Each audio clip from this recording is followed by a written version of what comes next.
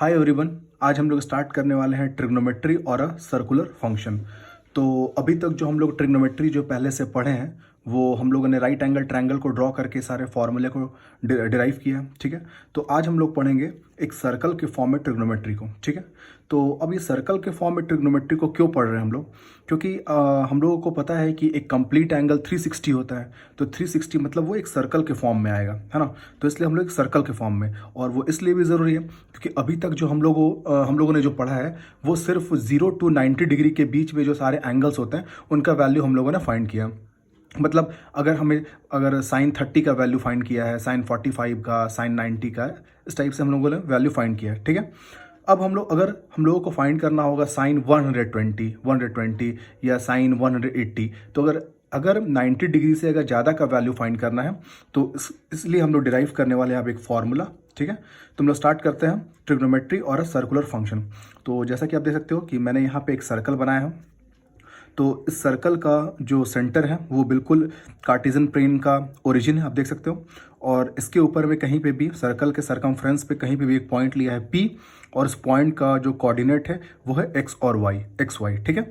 और इसको मैं यहाँ से x एक्सिस से ज्वाइन कर देता हूँ और इसको मैं यहाँ से ज्वाइन करता हूँ। तो सपोज करता हूँ कि ये जो पॉइंट P जो है वो x एक्सिस के साथ एंगल बना रहा है थीटा। मैंने आपको पहले बताया था कि जो भी एंगल हम लोग लेते हैं हमेशा x एक्सिस के पॉजिटिव डायरेक्शन से लेते हैं। तो इसका मतलब यहाँ पे जो एंगल का फॉर्मेशन हो रहा है वो है थीटा, ठीक है। और इस पॉइंट P का जो कोऑर्डिनेट है वो है x और y। तो पॉइंट P का कोऑर्डिनेट अगर x y है, इसका मतलब अगर OQ का डिस्टेंस देखेंगे तो ये x होगा, और अगर यहाँ से QP का डिस्टेंस देखेंगे तो ये y होगा, ठीक है। अब देखते हैं, अब यहाँ पे ये थीटा है और ये जो सर्कल हमने बना करके रखा है, ये सर्कल का जो रेडियस है वो यूनिट है। यूनिट आप देख सकते हो, मैंने यहाँ लिखा है let O is the centre of the circle of unit radius. मतलब ये सर्कल का जो रेडियस है यूनिट है। यूनिट कहने का मतलब है वो 1 सेंटीमीटर हो सकता है, 1 मिलीमीटर हो सकता है, 1 मीटर हो सकता है, मतलब जो भी है वो 1 के फॉर्मेट में, ठीक है। अब मैं यहाँ पे इस ट्रायंगल में, सिंस ये राइट एंगल ट्रायंगल है, अब इस राइट एंगल ट्रायंगल में अगर मैं ट्रिग्नोमेट्री यूज़ करता हूँ तो मुझे साइन थीटा निकालना है। तो साइन थीटा क्या होता है? Perpendicular by hypotenuse. तो यहाँ पे परपेंडिकुलर का वैल्यू कितना आपको दिख रहा है? y, और हाइपोटेनस का वैल्यू कितना है? 1। तो इसका वैल्यू क्या हो जाएगा? y। और अगर आपको कॉस निकालना है तो कॉस क्या होता है? Base by hypotenuse. तो बेस का वैल्यू यहाँ पे देखो कितना है? x है, और हाइपोटेनस कितना है? x। अगर मुझे टैन निकालना है तो टैन का क्या होता है? Perpendicular by base. तो अगर मैं यहाँ लिखता हूँ तो परपेंडिकुलर का वैल्यू y और बेस का वैल्यू x। तो टैन का वैल्यू कितना हो जाएगा? y by x. वैसे मैं यहाँ पे कॉसेक निकाल सकता हूँ, सेक निकाल सकता हूँ और कॉट निकाल सकता हूँ, ठीक है। तो कॉसेक का वैल्यू क्या होता है? Hypotenuse by perpendicular. तो हाइपोटेनस का वैल्यू कितना है? 1, और परपेंडिकुलर का वैल्यू y। तो मैं 1 बाई वाई लिखा हूँ, ठीक है। तो कॉसेक इक्वल टू मैं लिख सकता हूँ 1, और यहाँ पे y का जो वैल्यू है वो साइन थीटा है, तो मैं लिख सकता हूँ साइन थीटा। तो cosec equal to 1 by sine theta. ये फॉर्मूला हम लोग पहले से जानते हैं। वैसे sec equal to 1 by x है, ठीक है। अब यहाँ पे x का वैल्यू हम क्या लिखे हैं? कॉस थीटा, ठीक है। तो sec equal to 1 by cos, तो ये मुझे पहले से पता है sec equal to 1 by cos होता है, या cos equal to 1 by sec. और लास्ट में आप देख सकते हो tan equal to 1 by cot, और cot equal to 1 by tan. ये फॉर्मूला हम लोग सब पहले से जानते हैं, ठीक है। नाउ अब यहाँ पे ये जो फॉर्मूला हमने लिखा है यहाँ पे फर्स्ट और सेकंड, अगर इन दोनों फॉर्मूला को अगर स्क्वायर करके अगर ऐड करते हैं तो क्या आता है? Sine square theta plus cos square theta, और इधर क्या आ जाएगा? X square plus y square. अब देखोगे अगर ये राइट एंगल ट्रायंगल है तो राइट एंगल ट्रायंगल में अगर एक्स स्क्वायर और वाई स्क्वायर को ऐड करेंगे तो 1 आ जाएगा, ठीक है। तो आप देख सकते हो एक्स स्क्वायर और वाई स्क्वायर को रिप्लेस करके हमने कितना लिखा है? 1। तो ये तो आइडेंटिटी है बिल्कुल कि sign square theta plus cos square theta का वैल्यू 1 होता है, ओके। अब देखो ये जो आइडेंटिटी है, अब इस आइडेंटिटी को मैं कॉस स्क्वायर से डिवाइड कर रहा हूँ दोनों साइड, LHS और RHS दोनों साइड। तो sine square theta by cos square theta by cos square theta by sine square theta, और 1 बाई कॉस स्क्वायर थीटा।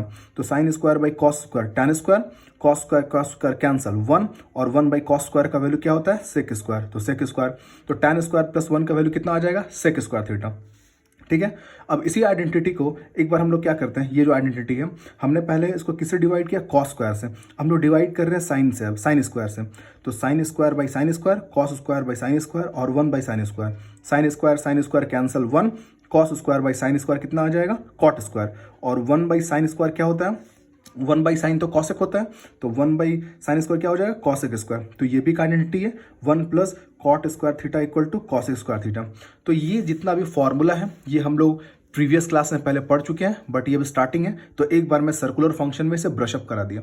यहाँ पे एक सबसे इंपॉर्टेंट पार्ट क्या है, आप देखो मैंने ये सर्कल बनाया था, देखो ये सर्कल है, और सर्कल में ये आपका कार्टेशियन प्लेन है, ठीक है। मैं यहाँ पे एक पॉइंट लिया था, इसका वैल्यू क्या था, एक्स और वाई, एक्स और वाई, और ये कितना एंगल बना रहा है, थीटा एंगल बना रहा है, ओके। अब देखो यहाँ पे एक्स और वाई का वैल्यू क्या है, एक्स का वैल्यू हमने लिखा कॉस थीटा, मतलब ये जो एक्स है इसको मैं लिख सकता हूँ यहाँ पे कॉस थीटा, और यहाँ पे वाई का वैल्यू क्या है, साइन थीटा। तो आ गया यहाँ पे ये साइन थीटा। तो ये सबसे इंपॉर्टेंट हमने क्या सीखा, अगर कोई भी आप एक सर्कल लेते हो, कोई भी एक सर्कल लेते हो, और कहीं पे भी अगर एक पॉइंट P है, और अगर ये सेंटर से आप देख सकते हो, अगर ये एंगल, अगर ये सपोज करिए अल्फा बना रहा है, तो अगर मुझे इसका कोऑर्डिनेट लिखना है, ये अगर मुझे P का कोऑर्डिनेट लिखना है, तो मैं x का मैं क्या जानता हूँ, कॉस अल्फा, मैं लिखूंगा यहाँ पे कॉस अल्फा, और फिर ये y का कितना हो जाएगा, साइन अल्फा। मतलब x का जो कोऑर्डिनेट है वो कॉस के साथ एंगल, और y का जो कोऑर्डिनेट है वो साइन के साथ एंगल, ये आप देख सकते हो साइन अल्फा। तो आप कहीं भी लिख सकते हो। तो ये हम लोग जो बेसिक फॉर्मूला है जो हम लोग पहले पढ़ चुके हैं, एक बार हमने इसे ब्रशअप कराया है, ठीक है। अब जो नेक्स्ट टॉपिक आता है, negative for a trigonometric relation, negative angle for trigonometric relation. अब इसमें क्या है वो देखते हैं। तो पहले मैं टॉपिक को स्टार्ट करता हूँ, उससे पहले मैं बताता हूँ इस टॉपिक में है क्या एक्चुअली। देखो पहले हम लोगों ने अभी तक जो हम लोगों ने पढ़ा है वो सारे पॉजिटिव एंगल के बारे में पढ़ा है। जैसे अगर मैं आपको लिखता हूँ यहाँ पे साइन 60 डिग्री लिखता हूँ, तो साइन 60 का वैल्यू आपको पता होगा, साइन 60 का वैल्यू √3/2 होता है। लेकिन अगर मैं बोल दूँ आपको साइन 60 नहीं -60, तब आप क्या करोगे, क्योंकि आप साइन पॉजिटिव में पढ़े हो, सारे एंगल नेगेटिव में आएगा तो आप कैसे करोगे। तो कभी भी नेगेटिव एंगल होगा तो उसका वैल्यू कैसे फाइंड करते हैं वो हम लोग इस फॉर्मूला में डिस्कस करने वाले हैं। वैसे अगर मैं आपसे पूछ दूं कि कॉस -30 का वैल्यू बताओ कितना होगा, मुझे तो सिर्फ यहाँ पे कॉस 30 का वैल्यू पता है, कॉस 30 का वैल्यू वही √3/2, तो हमें cos 30 का वैल्यू पता है, लेकिन cos -30 का वैल्यू तो नहीं पता है। तो ये जो नेगेटिव एंगल है, और नेगेटिव एंगल क्या होता है मैंने आपको लास्ट वीडियो में डिस्कस किया था कि कभी भी अगर कार्टेशियन प्लेन में अगर आप एक्स में अगर आप इस साइड मूव करते हो, एंटी क्लॉकवाइज जाते हो, तो आपके लिए ये पॉजिटिव होता है, और आप नीचे मूव करते हो, जैसे अगर फॉर एग्जांपल अब मैंने साइन 60 लिखा है, मतलब ये एंगल ऊपर बन रहा है, और अगर मैं साइन 60 लिखूंगा तो ये बिल्कुल कहाँ पे आएगा, नीचे, क्योंकि ये एक्स एक्सिस से जो भी एंगल आता है नीचे वो हम लोग सारे नेगेटिव में लिखते हैं, और ऊपर क्या लिखते हैं, पॉजिटिव में। तो हम लोग वही डिस्कस करने वाले हैं कि नेगेटिव एंगल का हम लोग वैल्यू कैसे निकालते हैं, ठीक है। तो आप देखो कि मैं यहाँ पे एक सर्कल बना करके रखा हूँ, ठीक है। यहाँ पे एक पॉइंट P है जो एक्स एक्सिस के साथ बना रहा है एंगल थीटा, ठीक है। और इसी पॉइंट P का जो मिरर इमेज है Q है, तो ये बिल्कुल यहाँ पे क्या एंगल बनाएगा, सेम एंगल थीटा है, तो ये क्या आएगा, -थीटा, ठीक है। अब यहाँ पे जो पॉइंट P है इसका कोऑर्डिनेट में देखता हूँ, तो इसका कोऑर्डिनेट कितना हो जाएगा, x और y, तो यानी कि x एक्सिस से कितना दूर है x, और y एक्सिस में y। अगर ये इसका मिरर इमेज है तो आप देखो ये तो फोर्थ क्वाड्रेंट में आ गया, तो फोर्थ क्वाड्रेंट में तो x का वैल्यू पॉजिटिव होता है, लेकिन y क्या होगा, नेगेटिव। मतलब अगर q का कोऑर्डिनेट देखेंगे तो x -y आएगा। तो ये आप समझ गए, यहाँ पे मैंने क्या किया है, मैंने एक पॉइंट P लिया है, x एक्सिस से उसका जो इंक्लिनेशन है, मतलब एंगल बना रहा है थीटा, और उसी का जो मिरर इमेज Q है वो बना रहा है कितना, -थीटा, क्योंकि x एक्सिस से अब देखो ये नीचे की ओर एंगल है तो ये माइनस में, ठीक है। इस पॉइंट का जो P का कोऑर्डिनेट था हमने लिया XY, ठीक है, क्योंकि फर्स्ट क्वाड्रेंट है तो दोनों पॉजिटिव होते हैं। और इसका जो मिरर इमेज है, जब मैं यहाँ पे आता हूँ तो ये फोर्थ क्वाड्रेंट में है, तो फोर्थ क्वाड्रेंट में आपको पता है x पॉजिटिव होता है, लेकिन y क्या होगा, नेगेटिव। तो इसका वैल्यू क्या होगा, जो Q है इसका कोऑर्डिनेट होगा x -y, ओके, ठीक है। अब देखो, अब मैं लिखता हूँ साइन थीटा, तो साइन थीटा क्या होता है, परपेंडिकुलर बाय हाइपोटेनस। अगर मैं इस ट्रायंगल में यूज़ कर रहा हूँ तो साइन का वैल्यू होता है परपेंडिकुलर बाय हाइपोटेनस, तो परपेंडिकुलर 1 है, और ये आपको पता है कि ये हमने सर्कल बना के रखा है, यूनिट रेडियस का है, इसका मतलब 1 है, तो y आप लिखोगे, ठीक है। अगर मैं इसमें यूज़ करता हूँ तो अगर मैं यहाँ पे ये एंगल यूज़ कर रहा हूँ -थीटा, तो अगर मैं साइन -थीटा लिखता हूँ, ठीक है, तो मतलब ये ट्रायंगल यूज़ कर रहे हैं, तो इसका भी फॉर्मूला क्या होगा, परपेंडिकुलर बाय हाइपोटेनस। तो परपेंडिकुलर कितना हो जाएगा, -y, और हाइपोटेनस तो कितना होगा, ये तो 1 ही होगा, ठीक है, 1, ठीक है। अब साइन -थीटा, ये माइनस को मैं एज इट इज छोड़ता हूँ, y की जगह पे मैं क्या लिख सकता हूँ, साइन थीटा, तो मैं क्या लिखा, साइन थीटा। तो इससे मेरे को एक चीज़ समझ में आया कि अगर साइन के साथ अगर कोई भी अगर एंगल नेगेटिव है तो उस माइनस को सीधा आप रिलेशन के बाहर लिखो और सीधा उसका वैल्यू फाइंड करो, जैसे फॉर एग्जांपल यहाँ पे देखो sine minus pi by two का मुझे वैल्यू फाइंड करना है। तो sine minus pi by two का वैल्यू, तो साइन में हम लोग जो भी एंगल नेगेटिव होता है, नेगेटिव को रिलेशन के बाहर लिखते हैं और साइन के साथ सीधा वो एंगल लिखते हैं। तो देखो ये माइनस को मैंने बाहर लिखा है और सीधा साइन पाई बाई टू, और साइन 90 का वैल्यू कितना 1। तो इसका मतलब sine minus pi by two का वैल्यू कितना होगा -1। ठीक है। अब देखो नेक्स्ट एग्जाम्पल कॉस का। अगर मैं कॉस का वैल्यू निकालता हूँ इसमें, तो कॉस क्या होता है बेस बाई हाइपोटेनस। तो बेस का वैल्यू कितना है x और हाइपोटेनस कितना हो जाएगा 1। तो कॉस का वैल्यू कितना हो जाएगा x। ठीक है। अब मैं आता हूँ कॉस माइनस थीटा। अगर इस वाले ट्रायंगल में अगर मैं लिखता हूँ कॉस माइनस थीटा, मतलब ये एंगल है, ठीक है, नीचे वाला पार्ट, ये ट्रायंगल देख सकते हो, ये नीचे वाला ट्रायंगल, ठीक है।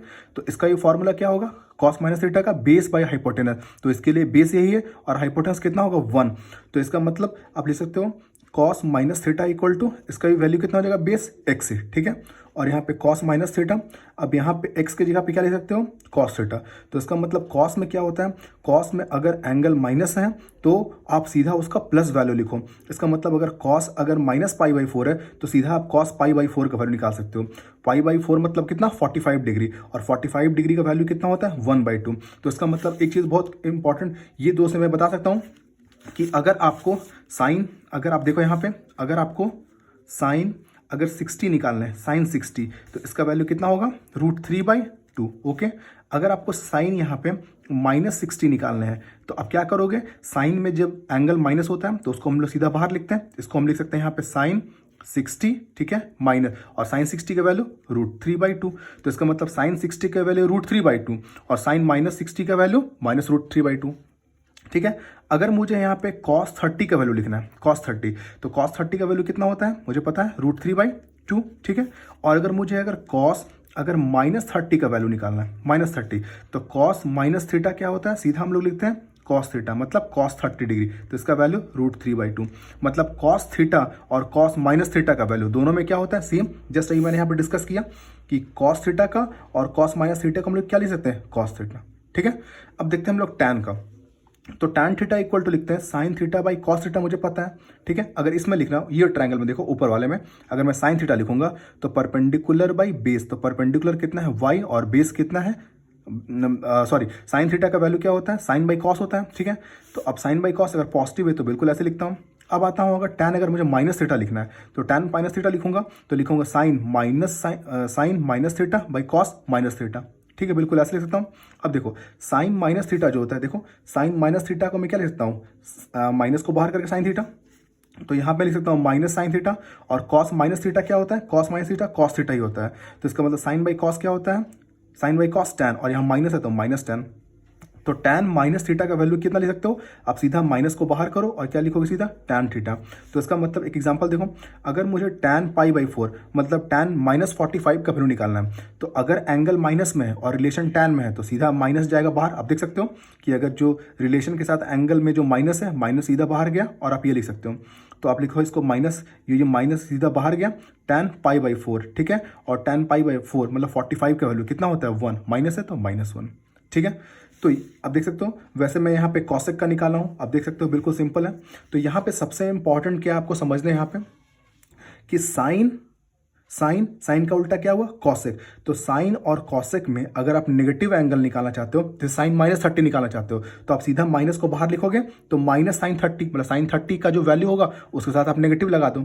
अगर आपको कॉसेक 45 चाहिए, कॉसेक -45 चाहिए, तो कॉसेक -45 के लिए क्या करोगे, माइनस को बाहर रखोगे और सीधा कॉसेक 45 का निकालोगे। लेकिन कॉस में क्या होता है कि कॉस -30 और कॉस 30 का वैल्यू दोनों क्या होगा सेम होगा। वैसे ही कॉस का उल्टा क्या होता है सेक, तो सेक -30 और सेक 30 का वैल्यू बिल्कुल क्या होगा सेम। लेकिन फिर टैन में देखो टैन माइनस थीटा, तो टैन में अगर लिखते हैं तो माइनस क्या होगा सीधा बाहर चला जाएगा, तो माइनस टैन थीटा, और यहाँ पे कॉट माइनस थीटा है तो आपको ये आ गया, ठीक है। कुछ हम लोग और एग्जाम्पल देख लेते हैं, ठीक है। जैसे अगर सपोज करो कि अगर मुझे यहाँ पे साइन 30 का वैल्यू निकालना है, साइन 30, तो साइन 30 का वैल्यू कितना होता है 1/2 होता है। अगर सपोज करो कि मुझे साइन -30 के वैल्यू निकालने हैं, -30 का, तो आपको पता है कि साइन के साथ अगर एंगल नेगेटिव है तो इसको मैं सीधा क्या लिख सकता हूँ, देखो अगर साइन के साथ अगर एंगल नेगेटिव है तो सीधा वो माइनस बाहर चला जाएगा और सीधा क्या लिखूंगा साइन 30। इसका मतलब ये माइनस और साइन 30 का वैल्यू कितना हुआ 1/2। ठीक है। अब सपोज करो कि मुझे यहाँ पे cos माइनस 45 डिग्री का वैल्यू निकालना है, cos माइनस 45 डिग्री। तो cos माइनस थीटा जो होता है उसको मैं सीधा cos थीटा लिख सकता हूँ, मतलब ये मैं लिखूंगा इसको सीधा cos 45, मतलब वैल्यू कितना होगा cos 45 का वैल्यू, ये होता है 1/√2। अब सपोज करो कि मुझे निकालना है यहाँ पे tan माइनस 60 लिखने हैं, tan माइनस 60। तो tan में माइनस, अगर tan के साथ अगर एंगल नेगेटिव है तो आप देखो tan के साथ अगर एंगल नेगेटिव है तो सीधा आपका माइनस बाहर और सीधा रिलेशन के साथ वो एंगल, तो इसका मतलब मैं इसको लिख सकता हूँ माइनस tan 60 डिग्री, ठीक है। और ये माइनस tan 60 का वैल्यू √3, तो tan माइनस 60 का वैल्यू कितना होगा -√3। तो ये नेगेटिव एंगल का कंसेप्ट मुझे लगता है आप शायद समझ गए हो, ठीक है। तो ये पूरा पार्ट जो है वो नेगेटिव एंगल के साथ है, ठीक है। अब मैं डिस्कस करूंगा इससे आगे के फॉर्मूला। Thank you.